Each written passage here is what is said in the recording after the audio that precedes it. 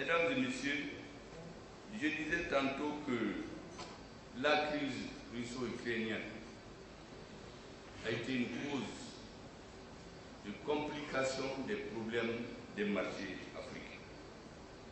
Vous savez, cette crise a ouvert les yeux des Africains. Nous avons fait plus de 10 ans à demander environ 2 milliards. Les pays riches ont dit qu'ils nous accompagnent, mais on n'a pas vu ces 2 milliards. Les pays africains, le Tchad, le Mali, le Niger, la Mauritanie, ont insisté pour avoir cet appui. Nous n'avons pas vu venir. Au même moment, une crise apparaît en Europe et on trouve plus de 100 milliards en quelques mois. Ça a permis aux Africains d'ouvrir les yeux. Les yeux étaient déjà ouverts, mais en fait on regarde mieux et maintenant les yeux. Personne ne peut venir nous dire ce qu'il veut et non ce qu'il y a au Mali. Je parlais tantôt de la crise ukrainienne. Vous savez, l'une des conséquences au Mali, c'est qu'on veut nous entraîner dans une bataille géopolitique avec les grandes puissances, qui n'est pas notre bataille. Personne ne va nous amener là où on ne veut pas aller. Il y a des pays qui veulent nous amener à prendre position. On a cherché 2 milliards pendant 10 ans, on n'a pas eu. Vous trouvez plusieurs centaines de milliards en quelques mois, et puis vous venez nous demander de nous inviter à vous pour parler des problèmes d'autrui. Et nos problèmes.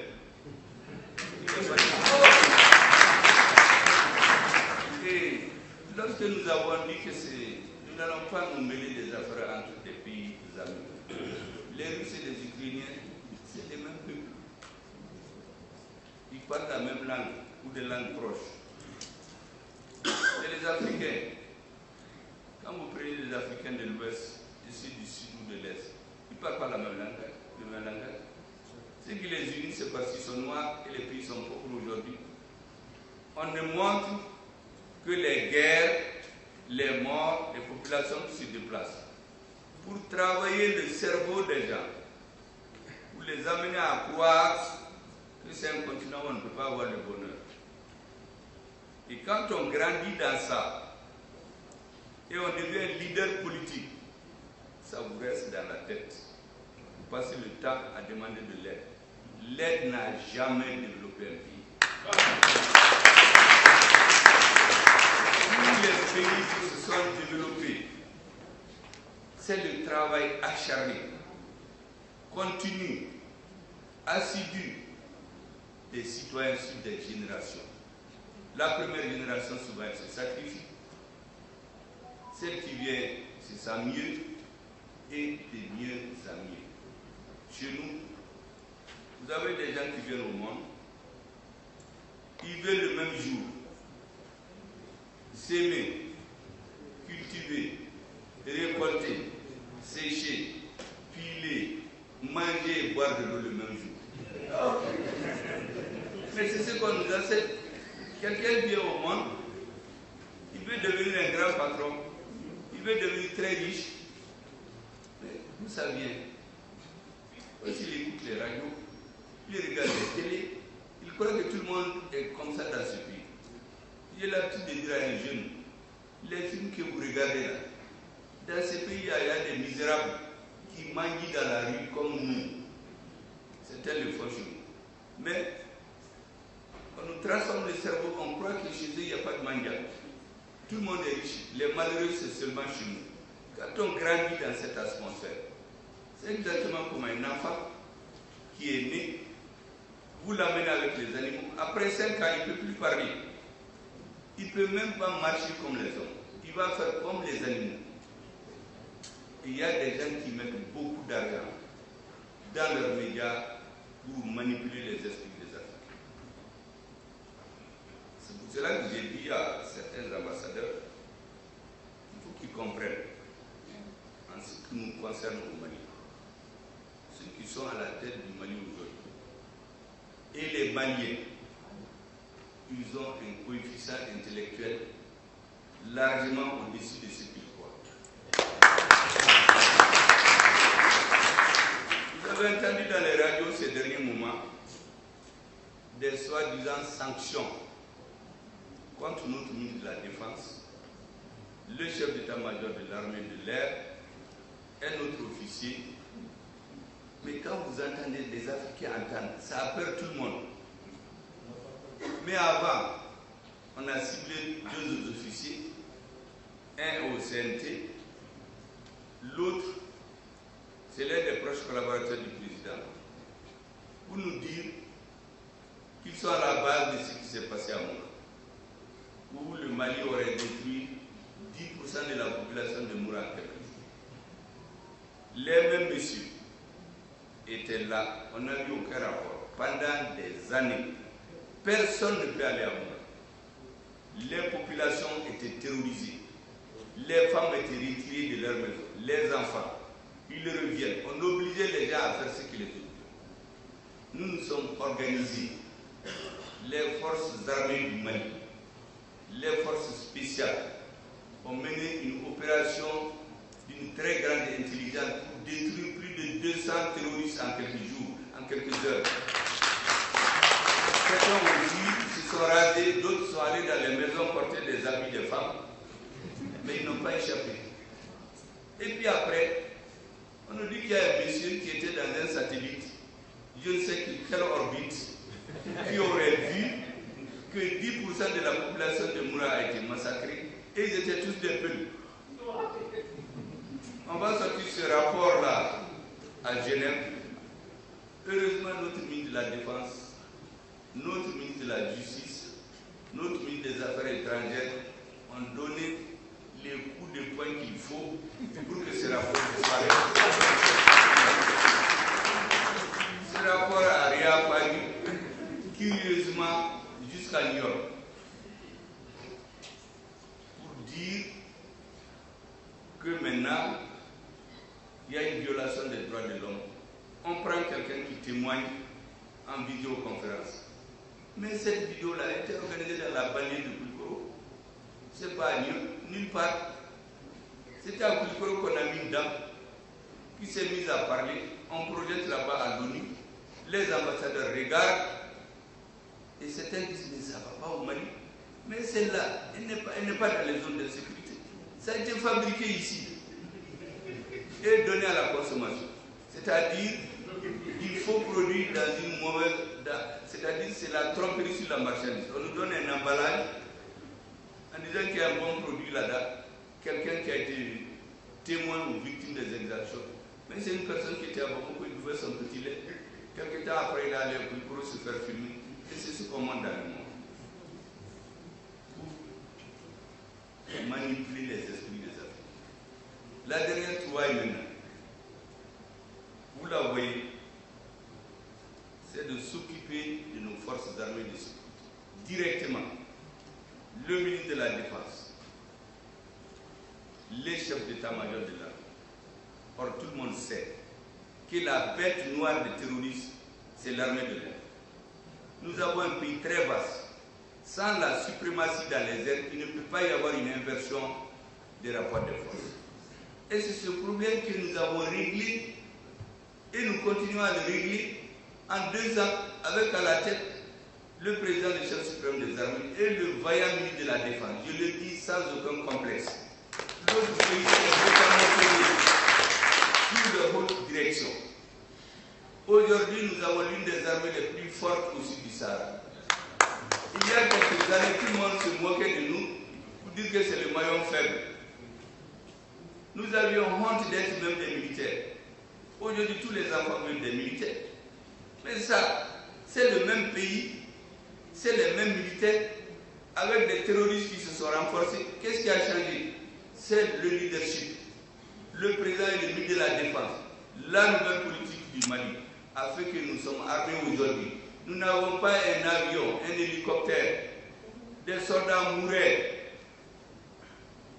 En Déliman, je l'ai dit ce matin, Déliman c'est dans Amenaka. La municipalité finance un camp, Barkhane construit le camp. Et comme par hasard, on y a oublié de faire un puits. Tout le monde sait que dans le désert, le premier besoin de l'homme, c'est l'eau. Les soldats sont obligés, tous ces ingénieurs, moi je suis un ingénieur, on ne peut pas oublier le puits. Mais on a oublié entre guillemets. Les soldats sortent, ils vont aller chercher l'eau dans les hameaux. Les terroristes les scrutent, ils analysent leur chemin. Un jour, ils tombent sur eux pendant qu'ils puissent de l'eau. Ils éliminent tous les militaires.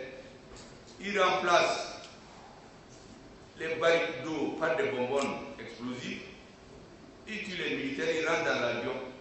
Ils viennent, il faut exploser le camp. Les militaires qui survivent se battent 7 heures de temps. Ils ne peuvent pas avoir d'appui. Parce que ceux qui sont venus nous aider nous disent que leur avion n'est pas venu pour ça, il est venu pour maintenir la paix. Parce que notre pays n'avait pas de... Donc tous les soldats sont morts. Après, les autorités viennent fleurir, on fait des fosses communes, on les enterre et au prochain massacre, on tombe sur Ogosago, on tue plus de 100 personnes, des femmes, des hommes et des enfants. Le même jour, on reçoit une grande délégation venue de loin pour nous parler des élections au Mali.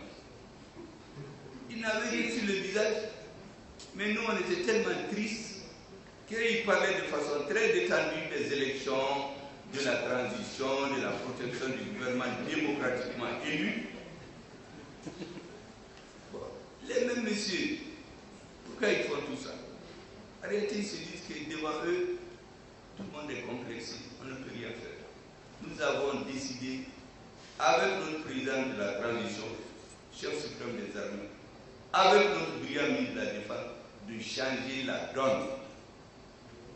Et aujourd'hui, il n'y a pas un coin du territoire national où nous ne pouvons pas agir.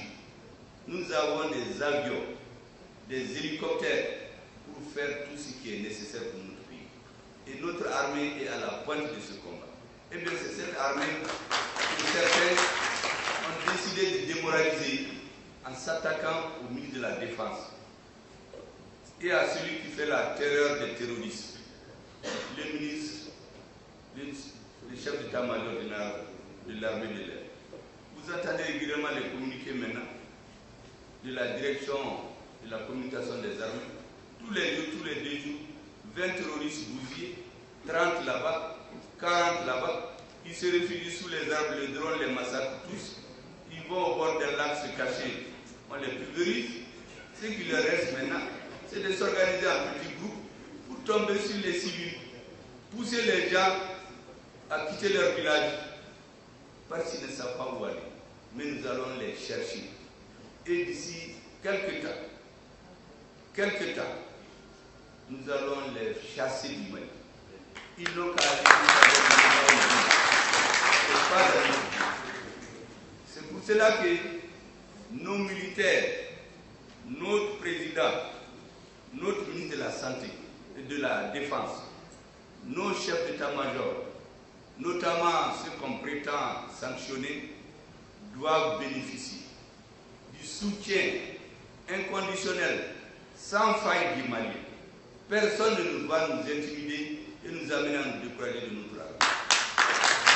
Parce que le schéma, c'est d'isoler les plus braves au Mali.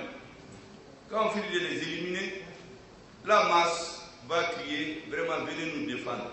Notre sort dépend de nous. Le sort des Maliens ne dépendra de personne qui viendra d'ailleurs. C'est les Maliens qui vont décider qui va, dans les mains de qui ils vont mettre leur sort. Et ces choses sont venues quand? Le moment de paix. Cette fois-ci, ils l'ont préparé et réussi en 3 mois. Et dans l'épicentre de l'insécurité à Mopti, tout le monde a dit que ce n'était pas possible. Le président a dit, les assises, les Maliens l'ont demandé, on va le faire. Et on l'a fait, et très bien, les Maliens sont très contents. Partout, on est en train de dire que les Maliens ont relevé le défi. Quelques jours après, la Cour constitutionnelle donne les résultats. Le président promulgue l'acte de naissance de la nouvelle République du Mali. des contacts, une exigence du peuple. Au même moment, le président fait un grand voyage historique à Caille pour parler des questions de développement. Nous avons passé 2 ans à nous battre pour nous équiper militairement, à nous battre pour nous faire entendre sur la scène internationale, que notre pays rayonne, que le ministre des Affaires étrangères soit suffisamment vocal, le ministre de la Défense suffisamment silencieux, mais il cogne bien quand c'est nécessaire. N'est-ce pas? Ça, c'est arrivé. Le président, tout silencieux qu'il est, il est posé à Kourouba et il tire sur tout ce qui bouge. Vous bougez, un ministre parle au Canada, un autre parle en Afghanistan, l'autre parle au Qatar, un autre parle en Europe. Voilà comment le Mali est dirigé aujourd'hui. Avec des objectifs clairs, dans un temps précis qui a été défini par notre peuple. Et pendant ce voyage historique, après avoir résolu les 2 grands problèmes, notre président allait lancer la nouvelle offensive économique et sociale. Les routes, les hôpitaux, les écoles, les centres de santé. C'est ça le discours du président à Caille. Ce que j'ai appelé les 3D. Certains ont été étourdis. J'ai dit, mais ils n'ont qu'à aller demander aux informaticiens. Nous, on roule. On est dans la version 3D, les images 3D. Ceux qui ne comprennent pas, défense, diplomatie, développement.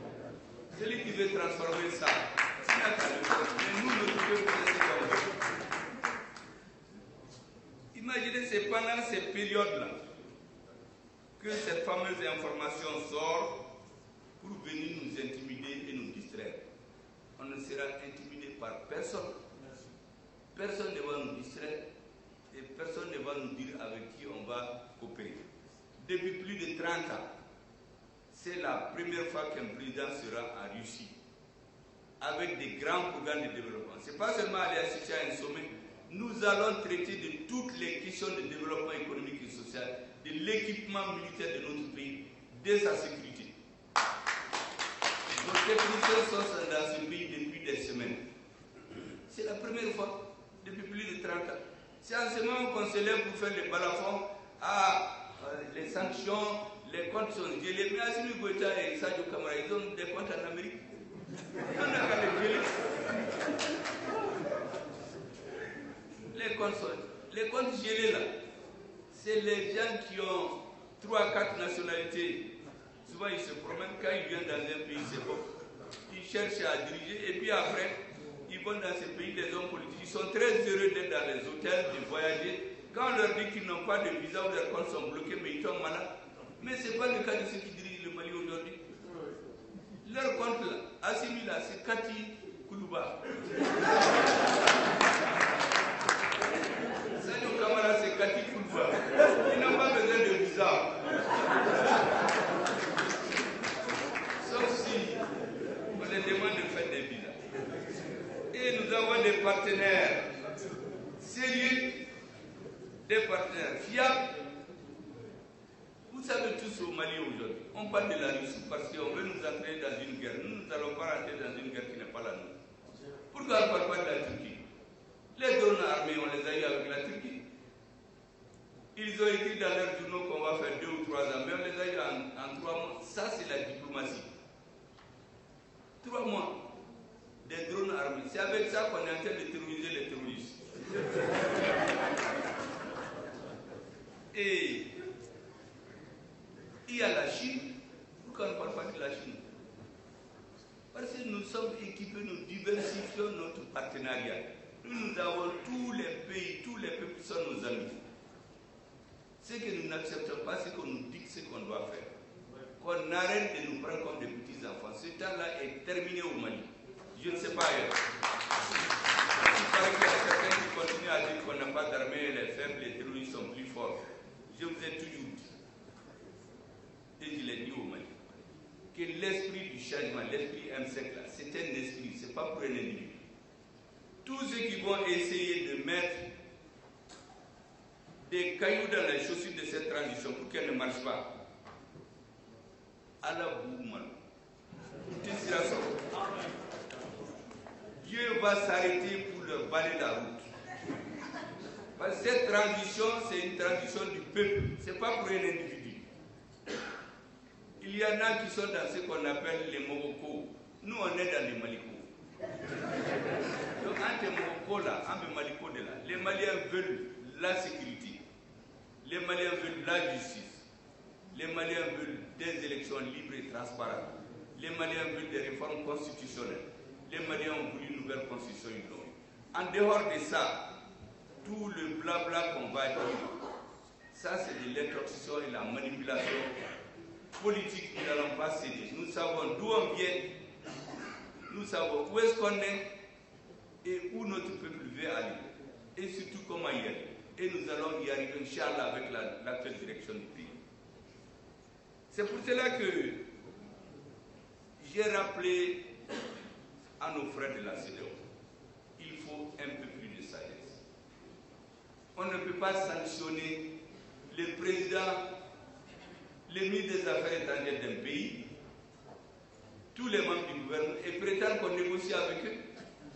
Même pendant la guerre, les présidents et les ministres des Affaires étrangères, ils peuvent se déplacer. Vous dites que vous fermez toutes les frontières, on ne peut pas bouger, mais en ce moment, qui a le droit de venir chez nous? Si le président ne peut pas aller chez quelqu'un, pourquoi lui vient chez lui? Moi, je voudrais les appeler à un peu plus de sagesse. Ces mesures d'embargo n'ont aucun sens. Et le peuple malien ne reculera pas. Les autres pays africains feront la même chose. Il faut être à l'écoute des peuples. Il faut lever ces mesures pour parler avec vos frères. S'ils sont dans l'erreur, vous leur expliquez et ils vont se corriger. Mais ce n'est pas en ayant un bâton en fermant les frontières. On dit que lui ne peut pas sortir, mais vous pouvez venir. Et si on ne sort pas, personne ne vient chez nous. C'est tellement simple. Nous, on ne peut pas sortir pour aller chez vous et vous voulez venir chez nous. Pour faire quoi? Et dire quoi? Je voudrais rappeler aussi que le ministre de la Défense, on veut l'isoler. Ça ne se passera pas. Jamais. Lorsque nous sommes devenus Premier ministre, le premier document que nous avons signé, c'est son ordre de mission sur la Russie, qui était là depuis des semaines. Il ne pouvait pas bouger. Pourquoi? La politique a changé. La rectification est venue rectifier tous ces papiers non signés là. Nous les avons signés, les partis, et aujourd'hui les Maliens ont les résultats qu'ils veulent. Donc c'est le Premier ministre qui a signé son ordre de mission. Sur autorisation du président. Donc avec l'accord de tous les membres du gouvernement, venir essayer de l'isoler, dire que c'est lui, c'est pas lui, c'est le Mali.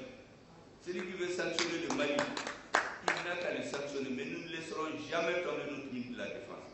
Nous ne laisserons jamais tomber le ministère. Nous ne laisserons jamais tomber. Parce que les ONG qui sont en train de parler, que les gouvernements suivent. Est-ce que vous savez qu'il y a une ancienne conseillère de Bill Clinton qui s'est révoltée? Elle a dit dans le New York Times, je vais vous dire l'élection sur ce qu'elle dit. Elle s'appelle Ali Mack.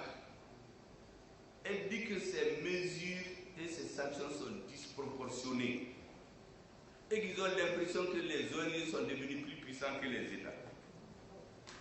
Heureusement qu'en Amérique, et je crois dans tout le monde, beaucoup de citoyens ne sont pas d'accord avec cette politique de deux poids, je ne dirais pas deux mesures, ils font plusieurs mesures. Il y a le poids de l'Afrique, le poids des autres, mais les mesures, ils font comme ils veulent. Vous demandez $2 pendant 10 ans, ils n'en ont pas. Ils trouvent plus de $100 pendant quelques semaines. Nous ne sommes pas d'accord avec ça. La conclusion que je voulais tirer, mesdames et messieurs, il faut que les Maliens restent vigilants. Il faut que les Maliens restent déterminés. Il faut que les Maliens restent décidés. Il faut qu'ils restent unis. Toute l'Afrique, tous les Maliens regardent le gouvernement. toute l'Afrique regarde le Mali. Tout le monde regarde le Mali. Nous n'avons pas le droit d'échouer. Le monde entier ne nous regarde. Et je dis bien à tous ceux qui veulent nous intimider que rien, sauf Dieu et le peuple, ne nous détournera des objectifs initiaux de la transition, des intérêts supérieurs de notre peuple, souverain, qui s'est exprimé pendant les assises nationales, et des orientations et directives pertinentes du président de la transition. Personne ne nous déviera de ça. Merci. Tout le vacarme que vous entendez là, c'est pour nous étourdir, nous énerver, porter atteinte à notre autorité, pour déstabiliser le gouvernement. Nous ne sommes pas de cette alliance-là. Notre pays sait ce qu'il veut et nous allons l'obtenir grâce à l'effort conjugué des Maliens avec des fils qui le dirigent. C'est ce que je voulais dire. Concernant cette histoire-là, on est en train de nous pomper l'air depuis des jours. Ah, le ministre est sanctionné, le chef d'état-major est sanctionné, d'autres militaires sont sanctionnés. Pour amener tout le monde à se désolidariser, ça n'arrivera pas au Mali.